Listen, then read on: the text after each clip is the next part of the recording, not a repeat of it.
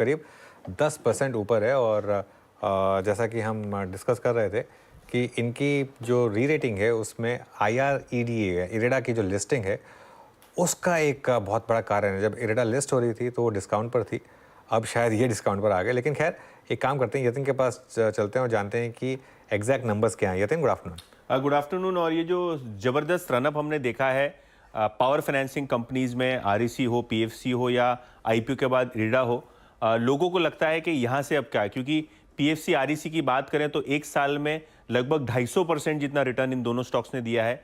और इरेडा तो आपको पता ही है कि IPO प्राइस से दुगने से ज़्यादा चल रहा है। तो कहीं ना कहीं लोगों को ये जानना है कि एग्जैक्टली स्टॉक चल क्यों रहे हैं और आगे जाके पोटेंशियल क्या है। तो अगर हम बात करें कि जोरदार तेजी इन सभी शेयरों में हो रही है, और अगर हम बात करें तो वैल्यूएशंस अभी भी आकर्षक बने हुए हैं REC और PFC के लिए। अगर आप 1 year forward price to book देख लें तो आपको लगभग 1 टाइम बुक पे दोनों ही REC PFC के शेयर्स दिखाई पड़ेंगे। जहां तक कि इरेडा का सवाल है, 1 ईयर फॉरवर्ड शायद आपको 1.5 से 2 टाइम के बीच में, जैसे आपके अजम्पशंस हो, आपको ये पर्टिकुलर स्टॉक अवेलेबल आता हुआ दिखाई दे रहा है। तो बुक वैल्यू के आसपास या बुक वैल्यू से छोटे प्रीमियम पे ये शेयर्स अवेलेबल हैं। और इसका कारण ये है कि जो इंडिया की पावर सेक्टर की जो डिमांड है वो लगातार बढ़ती जा रही है। और अगले 5 सालों में अगर आप देखें तो लगभग 5 लाख करोड़ रुपए के नए नए प्रोजेक्ट्स आ रहे हैं। इसके अलावा सोलर और रिन्यूएबल सेक्टर में भी अगर आप देखें तो बहुत बड़े निवेश की उम्मीद है, क्योंकि पावर प्रोजेक्ट्स की रिक्वायरमेंट होती है फंडिंग की। तो REC, PFC और इरेडा जैसी एजेंसीज को इसका लाभ मिलता है। और इरेडा खास करके क्योंकि ये ऑनगोइंग प्रोजेक्ट्स को ज़्यादा सपोर्ट करते हैं।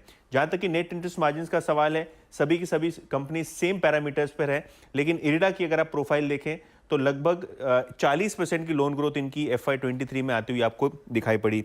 इसके अलावा अगर हम देखें तो जो कॉस्ट ऑफ फंड्स हैं, यहाँ भी सभी कंपनीज बेहतरीन तरीके से प्लेस्ड हैं। REC, PFC का कॉस्ट ऑफ फंड लगभग 7% के आसपास है। और इरेडा क्योंकि ये रिन्यूएबल एनर्जी की प्रोजेक्ट्स फंड करते हैं, इनका कॉस्ट ऑफ फंड्स कम है और सबसे कम इनका क्रेडिट कॉस्ट है, क्योंकि इनकी एसेट क्वालिटी बेहतरीन है REC, PFC के मुकाबले, क्योंकि ये प्रोजेक्ट फंडिंग करते हैं। REC, PFC बहुत सारी स्टेट इलेक्ट्रिसिटी बोर्ड्स को भी फंड करती हैं, जिसके कारण इनके क्रेडिट कॉस्ट पर थोड़ा बहुत असर आपको आता हुआ दिखाई पड़ता है। ग्रॉस NPA पिक्चर भी देखें, नेट NPA पिक्चर भी देखें तो नेट NPA लगभग 1% के आसपास REC, PFC के। और इरेडा के FY23 के नंबर्स हैं, उसके बाद काफ़ी सुधार आता हुआ दिखाई पड़ा है आपको नेट NPA लेवल्स में भी।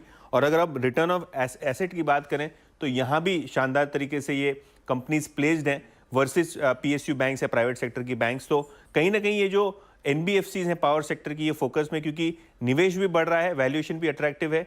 और कुछ दिनों पहले हमने ये भी बताया था कि MSCI में इसमें बाइंग थी, बहुत सारे इंडेक्स फंड यहाँ खरीदारी कर रहे हैं, बहुत सारे FIs यहाँ खरीदारी कर रहे हैं। तो शायद इसी वजह से सारे के सारे स्टॉक्स आपको फोकस में दिखाई पड़ रहे हैं। ओके यतिन, बहुत बहुत शुक्रिया। तो ये बात हो गई REC और PFC की। गाबा सर, चार्ट दोनों के आज फ्रेश ऑल टाइम हाई लगाया PFC ने और शानदार मोमेंटम रहा है यहाँ पर, क्या अप्रोच होगी इधर? Gaba sir? Yes I think is on. हाँ बोलिए। हाँ देखिए, REC तो ठीक है ही है, 373 पर ट्रेड कर रहा है। पॉसिबल है कि यहाँ से एक अप मूव मिले। मुझे लगता है 400 की तरफ जा रहा है, मैटर ऑफ टाइम। इसमें जब भी कोई डिस्क मिलती है मेरे ख्याल से REC लेना चाहिए। रही बात पावर फाइनेंस की, पावर फाइनेंस भी बढ़िया ही लगता है।